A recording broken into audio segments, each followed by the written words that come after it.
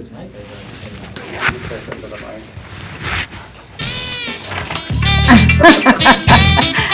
always fun.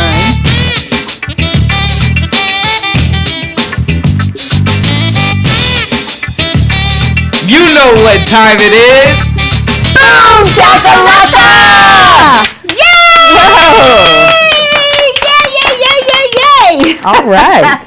We said boom shakalaka and we meant it. It also means Happy New Year. That's right. And this is the first Boom Shakalaka of the new year. We are happy to be here. That's right. Yes. We are here every Friday at Boom Shakalaka O'Clock because we know that you need to know some good stuff. Welcome to Miss Rocki and Chaveevah Live because there's always something good happening on the north end. That's right. And everywhere else. That's okay. right. Yeah, we want to let you all know that our show is brought to you in part by a grant from the Waterloo Community Foundation. Yes, a big shout out to them and thank you. Also, Lisa Berry, Tamika Galloway, Thunderbolt, Rudy Walls, Loretta Manning, Amy Mary Joyce, all of you. And if you're watching us on Saturday morning, wake up and smell the coffee. Okay, there you go. Sounds good to me. All right. We have a great show lined up for you today. Today we've got Lenore Metrick-Chen with us, and she is going to be talking about her project called Our Town, Changing the Narrative. Or reclaiming the narrative. Yes. Mm-hmm. Yes. Yep, she is a curator and professor of art and cultural history at Drake. And she came here to be on our show to talk about this fantastic project. So right, and we're gonna get real personal with her like she did us, Chaveevah. You know, remember we thought she was just gonna ask some run-of-the-mill questions. Sort of, yeah. And she got kind of deep, so we're gonna see what kind of cultural experiences she can share with us. Mm-hmm. And today, speaking of that, our Give It Air will be talking about people of color. A lot of times people use that term and just kind of want to give you our take on it. Maybe you've watched today on our website. We also have a new website. That's right, northendupdate.org. Right, and on there we talked a little bit about our Give It Air subject. So today we're going to talk about the term people of color, when to use it, when not to use it, why is it even a thing? What does it mean? Yeah. Right. All right, and we also have New Year, new everything. We have a new movie guru who happens to be your daughter. That's right, just happens to be our daughter, and she's doing for us a segment called Nia's First Friday Movie Review. Okay, there she is. You see her? Oh, yeah, so pretty. Yep, Nia reviewed the movie A Journal for Jordan. And just here it is real quick. This film is based on a true story of First Sergeant Charles King, a soldier deployed to Iraq. King begins to keep a journal gifted to him by his pregnant fiancée, Dana Kennedy, a New York Times senior editor. This journal is filled with love and advice for their son Jordan to read once he's older. This film, directed by Denzel Washington and starring Michael B. Jordan, is a touching portrait of the power of love that will ultimately help guide his son in many facets of his life after King's untimely death. Be prepared to fall in love with their love story, but bring the Kleenex, as you will feel the sorrow of their loss. I absolutely love this movie and suggest you all go and check it out if you haven't already. Nia says, I'm no critic, just someone who enjoys going to the movies, and she gives this movie 5 boom shakalakas. 5 boom shakalakas. All right. Well, that means it's a good one. And, you know, with Denzel Washington being the director, how could it be anything else? Yeah. So he's kind of stretching his legs and doing some more things, you know, because he kind of went away for a little while, it seems. Well, switched lanes a little bit probably. But this is the first I've heard as far as someone having something to say about the movie. So that's high praise. I look forward to seeing it. Right. Thank you, Nia. Also, speaking of Nia, we got Nia Shindig coming up next month. But let me just tell you our rundown for this month. On the 14th, next Friday, we have Joy Salas and world-renowned author Rochelle Chase. Also, Joy Salas is a great entrepreneur, so that's going to be a great show next week. Also, on the 21st, we're going to have Quentin Hart, our mayor, and Brian Sink. So that'll be a great exuberant show. It's going to be all over the place. And then on the 28th, Chaveevah, we have Nia and Travis. Nia Shindig, who just opened a new business. And Travis, did you know he's moving his whole thing to Waterloo as well? Is that right? Yes, Travis is going to have his own office right here in downtown Waterloo. So those are some great shows coming up. Yep, so we got the good stuff for you. Hang with us. Exactly. All right. Okay, we need to say a word about Royal Legacy Christian Academy. They're now hiring, and they have 3 open positions: a Spanish immersion teacher, executive director, and daycare assistant teacher. If you want to know more details about those positions, go to rlcawaterloo.org. And please donate to help keep the school, help them to continue their mission. You can donate either through rlcawaterloo.org/support, or you can go through Cash App, $RLCA Waterloo. All right. And Educational Talent Search, we got to shout out to our contributing supporters, Educational Talent Search, and DeCarlos Anderson and Carlos Frazier. Lori Dale, they're all over there doing awesome things. Their mission is to encourage, inspire, challenge, and support students in their academic success. On February 11th from 8:30 to 2 at the Boys and Girls Club Teen Center, there will be a day of hands-on STEM activities and for students. So register by January 28th, and for more information, call 319-273-4772. Newsflash, birthday people, we heard Lenore can sing. Oh, absolutely. So that's going to be a great addition right there, yes. Lenore loves to sing like a canary is what I've heard. So we're going to sing that Stevie Wonder song to you wonderful birthday people. And now we're going to talk to Mr. Nate Anderson, who's our new intern, is on the case for us, and he's going to talk a little bit about the Soul Town. Yeah, thank you. So, Happy New Year to everyone.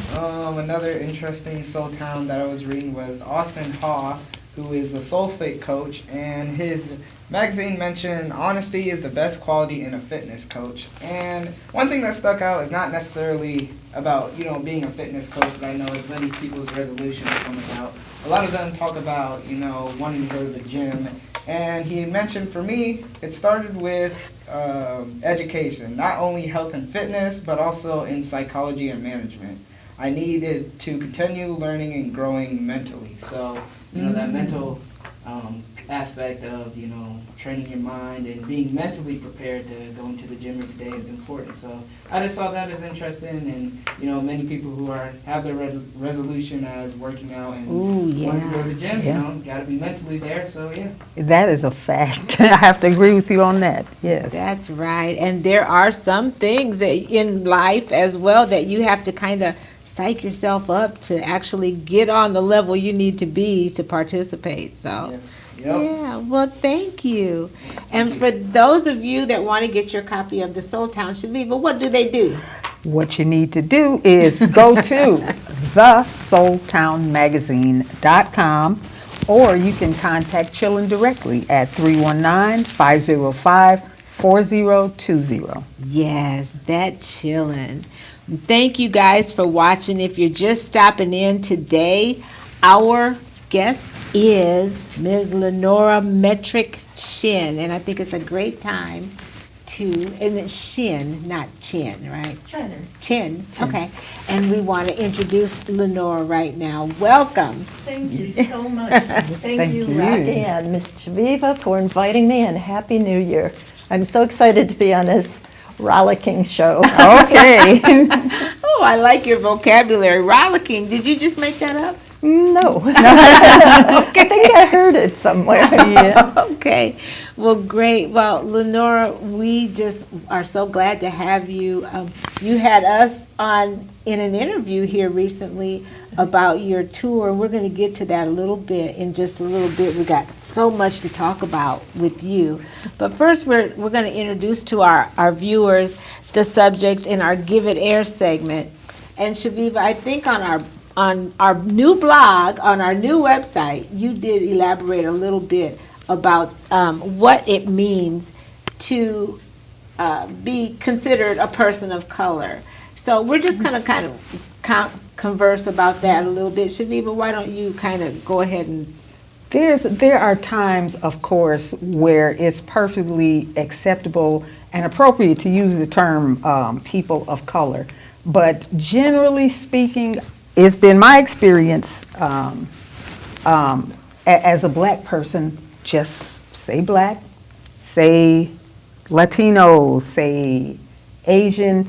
I mean, and then other degrees of getting into it, I think that would come with direct contact of talking about them, because when you say Asian, you may be talking about Chinese, you may be talking about Japanese, any number of, but those are things that I guess you get into upon direct contact. But generally speaking, if you just say people of color, what you're talking about is everybody who's not white. And that's, yeah, and it got to the point, sometimes I feel like, I don't know how you guys feel about it, but sometimes I have felt that a white person, I've actually had this happen, a white person will say person of color instead of black, knowing that the person they're talking about is black.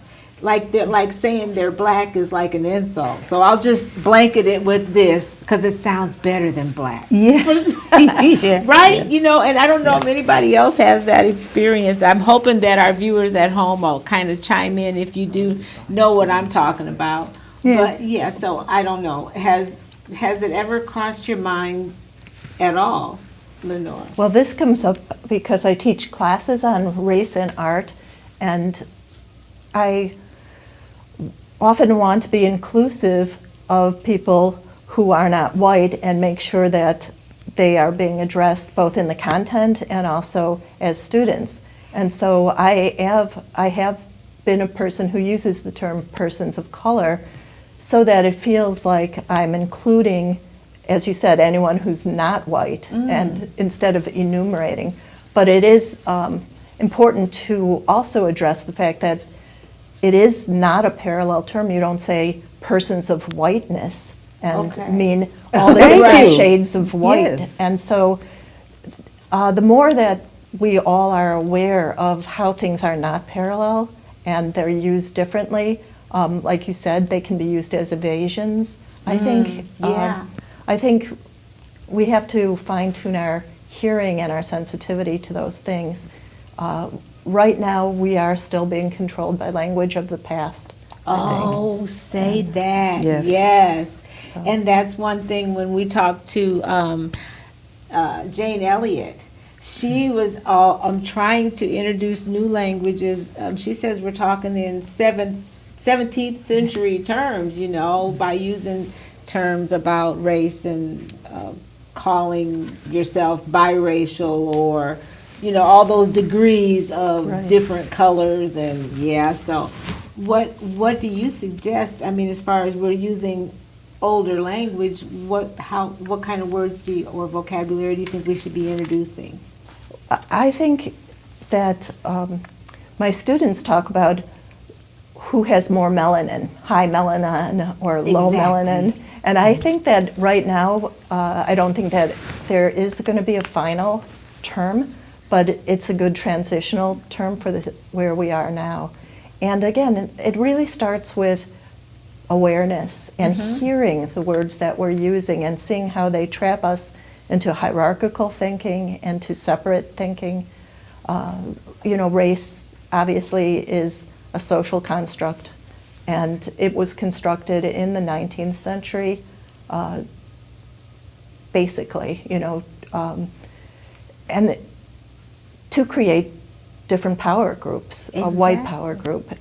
I think that it's very difficult to find the right term, and I know that in my struggle to find terms when I'm teaching, I just point that out to the students, like, well, here I am using this old terminology. So I guess what I'm saying is right now, I'm still stuck and struggling to create a new language. But as soon as we find a new language, it will be obsolete too. Mm-hmm. So we have to keep moving Yeah. both ways. I appreciate the process, and you said something different that I'd never heard before, people of whiteness. Oh, so yeah. that is, I mean, as far as a parallel term, that gives you an idea to reframe things and think about them. And just a suggestion, when you bring up melanin, Jane Elliott as well, she said, now check this out, I think it's great. Melanemic means that you've been away from the sun longer, you know, your race of people. And what was black people? Melanated. Melanated and then melanin. melanemic, which is not, you know, it's just the variations of melanin. Right. So I think we have some comments, Nate. Yeah, so we got 2 comments. The first comment is coming from Kendra Woolard, and she's saying, thank you for talking about this. Hey, Kendra, how are you? And then the next comment is from Amy Cass, who said, person of color erodes the cultural and ethnic identities of a very diverse set of people. It's just another way that reinforces structural racism perpetuation. All right, thank you. Yeah. That's it. Yeah. And it's good to know that so we can start to bring about change. Okay, so we're going to continue our conversation now, and thank you once again, Lenore, for joining us today to talk about your project, Our Town Reclaiming the Narrative. Yes. Yeah, we Okay. have. So, you know, talk a little bit about your project, how long you've worked on it, you know, how many, you know, just elaborate. This project, I believe it started in 2017, but I feel like since COVID, I've almost lost track of dates. Oh. It started before COVID, and it was a way of not only trying to address Black history, and again, here's an example of a term that is obsolete, but is hard to find another term, because when we say Black history, we mean history. American history. American history. Right. But we're at a transition time period where many people hearing history, American history, they exclude Black past almost automatically. So to re-include it, we have to be deliberate and say Black history, but how to make sure that it's fully included under the umbrella term American history, we're not there yet. Does that make sense? Yes. Yeah. Yes, it definitely makes sense. So I don't know how much time I have. I have long Well, versions and we're short waiting for the versions. guys to tell us how much time, but we're on notice. Go ahead. I am from Chicago and moved to Iowa and wanted to know more, as I'm teaching art and cultural history, more about where I'm living. And one of the things that struck me was that I knew nothing about Black people in Iowa. Coming from Chicago, and like much of the rest of the nation, I was considered a white state, which is so unfair to the many diverse groups of people here in Iowa. And so I wanted to find out more about Iowa's past. And it is a fascinating past. There's a lot of idealism and wonderful legislation in the past in terms of laws about race and equality. There's a lot of injustice on a daily level, on a personal basis. So the ideal and the lived reality are very different. And I was interested in that, and I create exhibitions. I'm a curator, so I wanted to create an exhibition that would get at both the ideals and how Iowa has negotiated racial past and race now, and how that fits into the nation. So Our Town Reclaiming the Narrative is really a traveling exhibition that will go to different parts of Iowa. It's very adaptable, very flexible. Oh, and we have some Yes, we have photos some images on the screen right now at different locations where the exhibit's been presented. Yeah, and so it's been presented in art museums, and it's been presented in gymnasiums. Oh, in gymnasiums. Well, Talk about that. The Grubb YMCA in Oh. Des Moines, Iowa, is a historically black YMCA, not exclusively, Sure. but developed that way because of segregation at the time.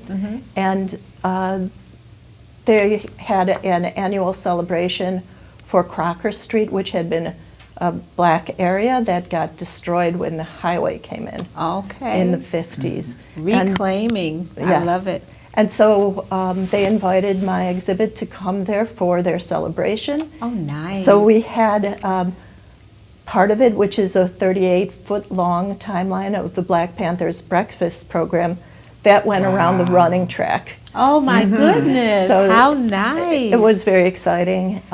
It's recently been at a Kwanzaa celebration.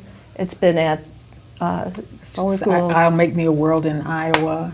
Right. Right. Yes. Great. And when can we expect it to come to our hometown? It should be here February Is that right? at the Hearst Center for the Arts That's in right. Cedar Falls. Wow. Okay, so the interview that we did, is that going to be incorporated in this? Yes, each Oh. site that it goes to, I try to find people who are making a difference in their hometown. Oh, my. And I found Okay. two amazing women who Oh, were my. making a Wow. difference. Bless you. And Thank you. I include those snippets of those interviews. And so as the show travels to different parts of Iowa, it gathers more information about people in Iowa, throughout Iowa, and then hopefully it will return to Des Moines and be the full exhibit at some point, with all of Iowa being shown in it. Okay, if it just in describing it, it sort of reminds me, I guess, like of a metaphor, like a snowball rolling down a hill, and it keeps Beautiful. getting bigger. Every place it goes, it gathers a little bit more information and grows into this bigger, more beautiful Bigger thing. Yeah. and better, Yeah. I think, as it goes on. Well, the people that I'm meeting are amazing, and equally the histories of the bravery of people from the past it's so awesome. It's hard to explain because I'm usually meeting relatives of people who have stood up for justice Right. against all sorts of barriers. So Yes, throughout Iowa, there's a lot of that type of bravery and courage. Right. And we were talking about my aunt, because I know we all have stories in the black culture. Everybody has somebody that in their family that stood up for the right things. And so Anna Weems is our role model in my family, and has always been dear to my heart, and she helped raise me. So, and thank you for the gift. By the way, we got chocolate. That was so nice of you. Oh, you're welcome. And I'm honored to give you a copy of Ropes in the Kitchen, and there's Thank a you. segment in that book that's dedicated to Miss Anna Mae Weems, my auntie. So, yes. Thank you so much. Yes, thank you so much, Lenore. And do I have time to talk about my other project? Would that I be? think we do have a little time. Because one of the things that happened was I started collecting a lot of objects, a lot of artifacts to put in the traveling exhibit. Photographs from Iowa, there's pictures of people from the 19th century who we no longer know who they are, but it will be like a beautiful carte de visite or studio photograph of a black person Oh, my. dressed, in fancy clothes, looking quite elegant, in Des Moines, in Clarendon, Iowa, in Cedar Falls. It's all over Iowa. These photographs are appearing, and I started to collect them, as well as newspaper articles on significant events in our country.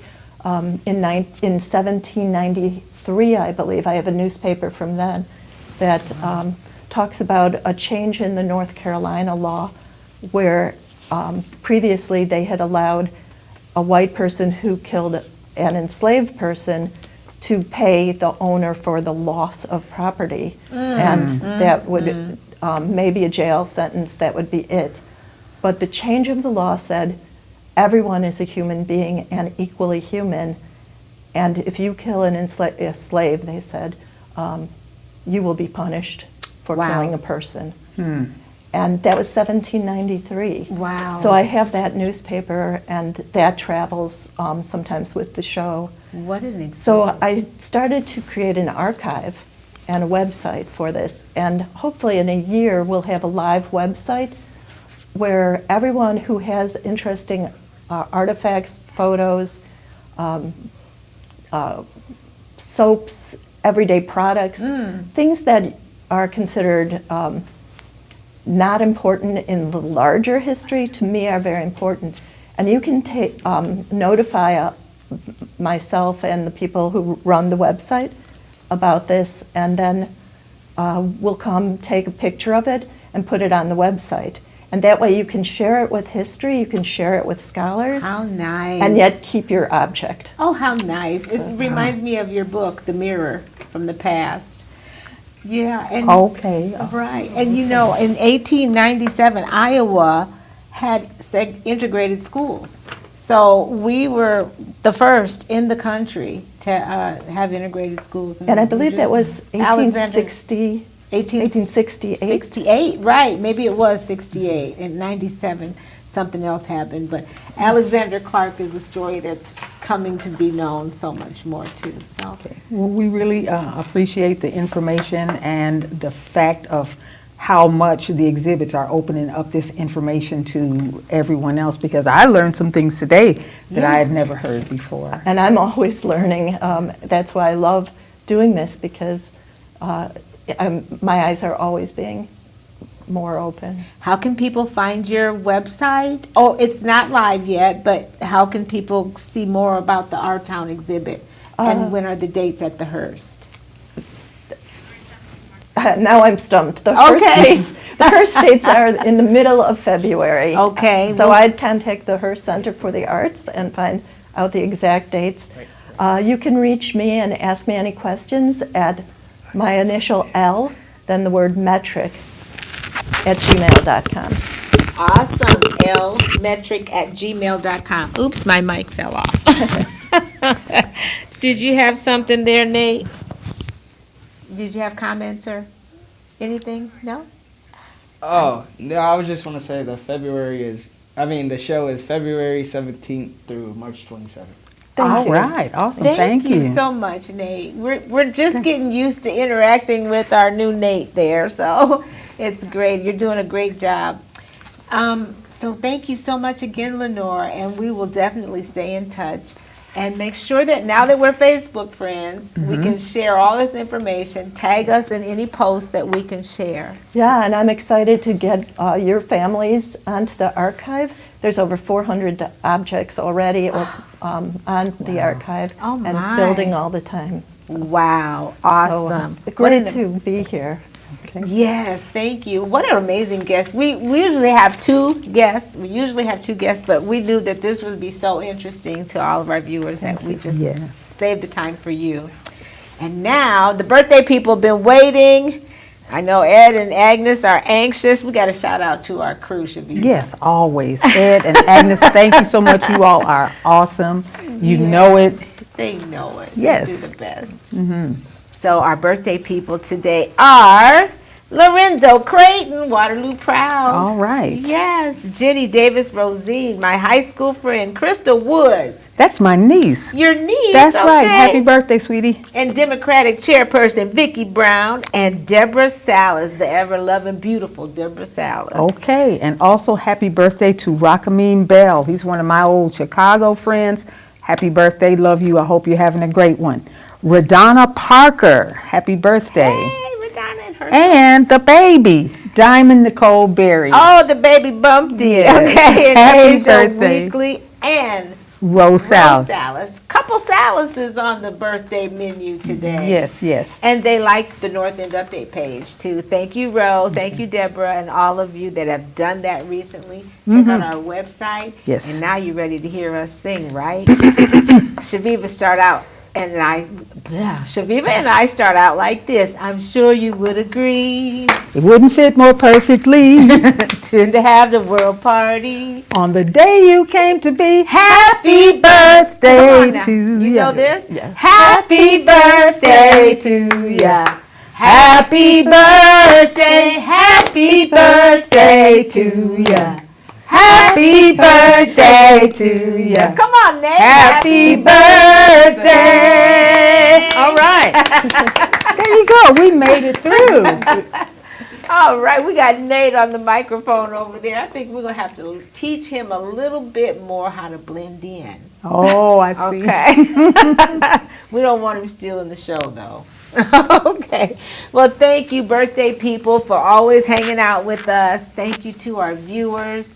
Chaveevah, did you have a good holiday? I had a great time. Just happy to be here. I mean, I'm not a big celebrator, but every day is a gift. What can you say? All right. We want to encourage you to like and share this video. And don't forget to watch us on MediaCom, Yes. Channel 17, Friday at 4 or Saturday mornings at 10. That's right. Ed's yawning over here.